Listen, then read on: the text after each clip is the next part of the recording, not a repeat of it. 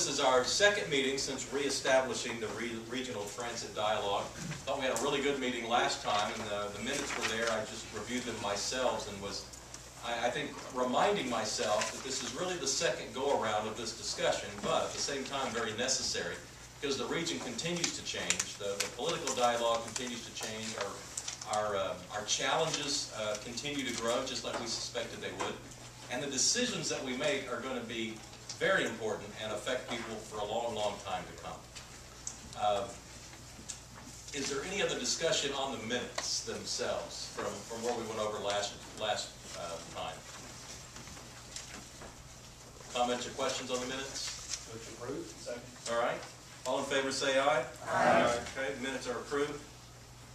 Item 3 on our agenda is the commuter corridor study, and it's to get a status update, and Holly Massey is going to lead us through that. Thank you, Mayor. We did want to just provide you a brief update on the status of the commuter corridor study that this committee will also be overseeing. And as you'll recall, the study is also commonly referred to as an alternatives analysis, and the fixed guideway study recommended 3 rail corridors for further study. These are from downtown Oklahoma City to Edmond, to Norman, and to Midwest City Tinker Air Force Base. ACOG has selected a consultant, URS Corporation. They made a brief presentation at the October meeting, and we have officially executed the contract with them. It's been a rather long, arduous process, but we're happy to say the contract has been signed. It's also been signed and approved by the Federal Highway Administration, which is providing 80% of the funding for the study, so that's important. And ODOT is currently setting up the project so that we can move forward. The consultants have been involved in data gathering. They've asked us for a lot of data and shape files already, population, employment, land use, the typical items, as well as shape files in the fixed guideway study. They've done some field work, going out and looking at the 3 corridors, and they do say that they'll have a lot of information to go over, just background information and study goals to go over with the committee when we meet again in a couple months. What's the timetable for their report? For their final report, it's an 18-month study. What other metrics are set up along the way? When will we get certain feedback from them? Only at the end, or will there be along the way? Oh no, it'll be along the way. They're actually scheduled to come and present at up to 10 meetings, so you'll be seeing quite a bit from the consultants. Is there any other feedback from the committee that we need passed along to the consultant sooner rather than later? Okay. If Holly, I can, thank you. Can I add something? Sure. There'll be a robust public involvement process, and I don't know what the actual plan is, but there's several meetings planned throughout the region. And as we schedule meetings in individual cities, we're going to need a lot of help promoting these meetings and its intent and purpose. So that'll be something that the board and this committee can really help us with. So. Okay. Are you looking at 5 meetings, 10, 20? What are you thinking? Community meetings? I believe there was going to be 3 sets of meetings. They do intend to kind of address each corridor separately. Okay. So you'll have a special meeting, for each corridor individually to meet with the people most impacted or related to that corridor. And then you call it sort of like an overall. I don't know if there's an overall, but they were going to break it out based on the corridor geography. They were going to have, I think it's 3 separate public meetings with 2 or 3 separate groups. So it would be a stakeholders group for the Norman corridor, as well as a public meeting as well for the Norman corridor. It's pretty extensive.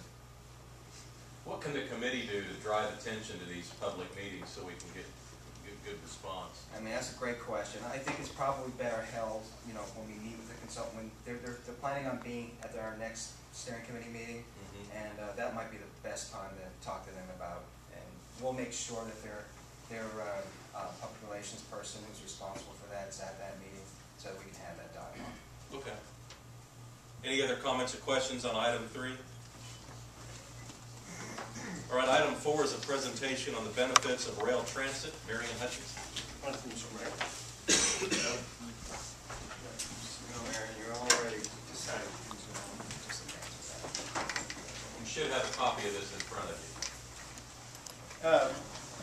I really appreciate the chance to be able to do this, and Doug and I talked about this after our last meeting. I've been doing presentations on rail transit for a number of years, and there's a lot of good information in the presentation that's general information. That's a lot of you have seen some of this or all of it. Some of you haven't seen any of it, but we thought it would be a good idea to try to kind of start getting everybody on the same page on some of the terms and just ideas. And really, you know, rail transit, there's a lot of metropolitan areas that continue to build transit systems across the United States and out west, and rail transit is a big part of that. And really, we're focused on the fact that it's really about our economic and transportation future. And I'm going to go through this quickly, so it's quite a few slides, but if I skip something, you have a question, just have me stop or go back. I think a lot of us know why rail transit is important. It's a very safe, energy efficient mode. It generates great economic development opportunities, builds your quality of life, and really helps ensure regional competitiveness in your economic foundation. Why do we really need to be doing this now? Of course, we're all familiar with high energy costs, and I think everybody that drives to the metro at different times of day, rush hour, knows we've got traffic congestion problems. And really, one of the big things is helping keep Oklahoma City and the metropolitan area competitive with our peer cities. And you'll see in a minute how these systems are being built in most of the metropolitan areas across the west and surround us. A few quality of life benefits, reduces traffic congestion, air quality, and really a big thing here is for urban residents, and we're seeing a lot of this with the excitement with the streetcar and others, is that people would like to have opportunities to live in an urban setting and not be so dependent on an auto. And for people that live further out, it's a good alternative for getting into town. The economic benefits are many. If you're familiar with transit-oriented development, I'll have a slide on that in a minute. That's a big factor in rail transit, which raises property values. It spurs economic activity that in turn leads to higher tax revenues, and it enhances your business and retail districts and accelerates urban renewal and really attracts new residents and businesses into the metropolitan area.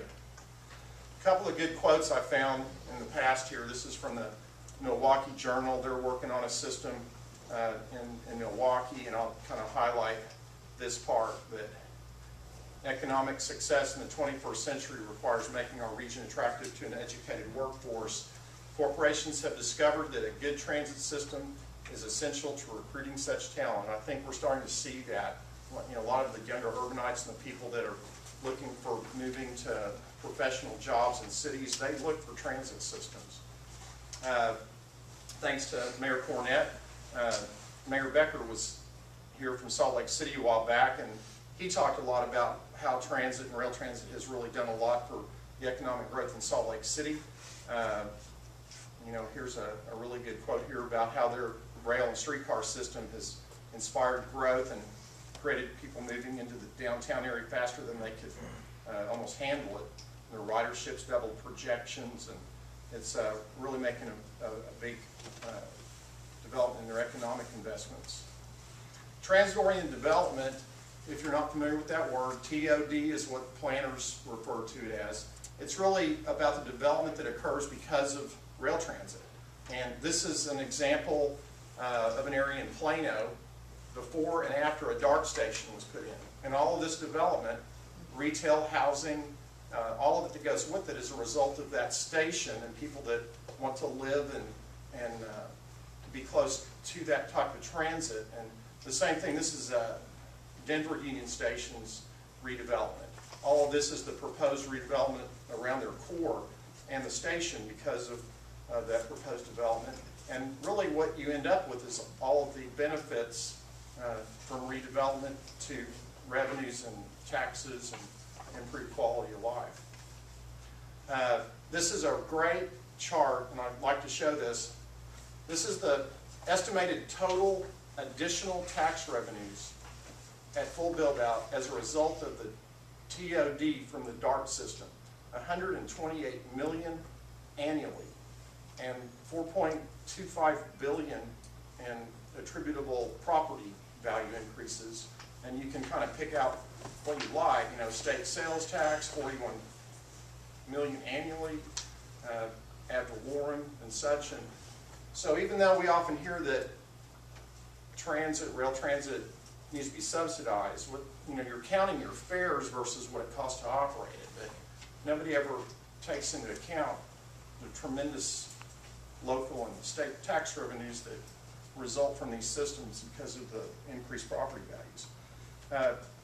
This was an ACOG study, and if you look at what people prefer, I think you can see that it's a pretty popular choice right now throughout the Oklahoma City area, at least. A lot of people would like to see us develop these systems. A couple of studies from the past, I'm sure everybody saw one or both of these. They were on the national news. That Oklahoma City just really wasn't prepared to deal with, you know, high energy costs or serving our workforce. And a lot of that's just because right now our transit system, we really don't have an extensive system to speak of that can serve those needs. I put this slide together to kind of help everybody have a good picture of when we talk about regional competitiveness, what is occurring and has occurred in the metropolitan areas around us. And the blue is light rail, the red's commuter rail, and those are in operation or under construction. The light blue is modern streetcar, and these are heritage streetcars, and then I've got P on planning and development.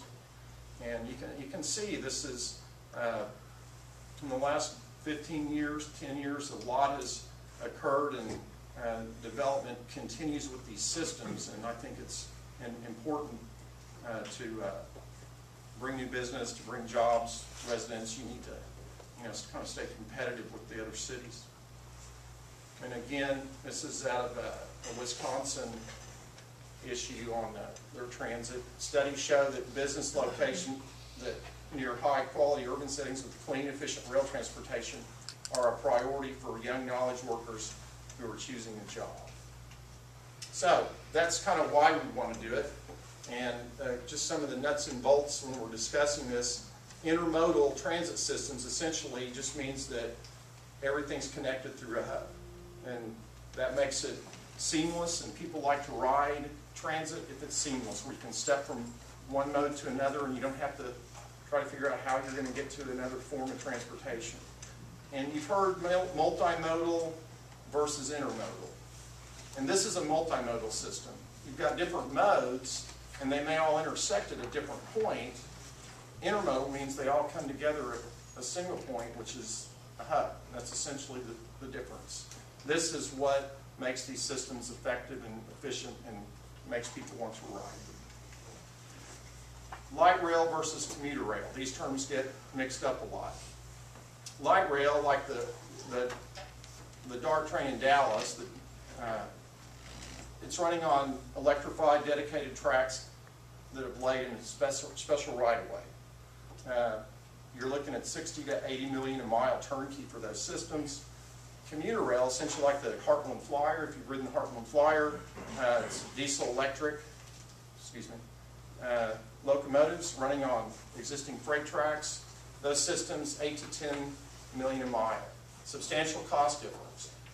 For the cost of building light rail between Edmond and Norman, you could build your entire rail transit system throughout the Oklahoma City metropolitan area, essentially. So what do they look like? Here's Salt Lake City's system. They've got the front runner, commuter rail train. This is their light rail, which their light rail actually kind of acts like a streetcar because a lot of it is running in the lanes of traffic in downtown. So not a lot of difference. It's just a kind of little bit bigger vehicle. And then their bus system that goes with it. And I'll always like to note this. The front runner now goes all the way out to Ogden, and it directly services Hill Air Force Base, which is one of Tinker's direct competitors. And I think over time we've heard a lot about Tinker would like to have connection in a rail transit mode, and I just think that's an important thing to note as we go forward in the discussions.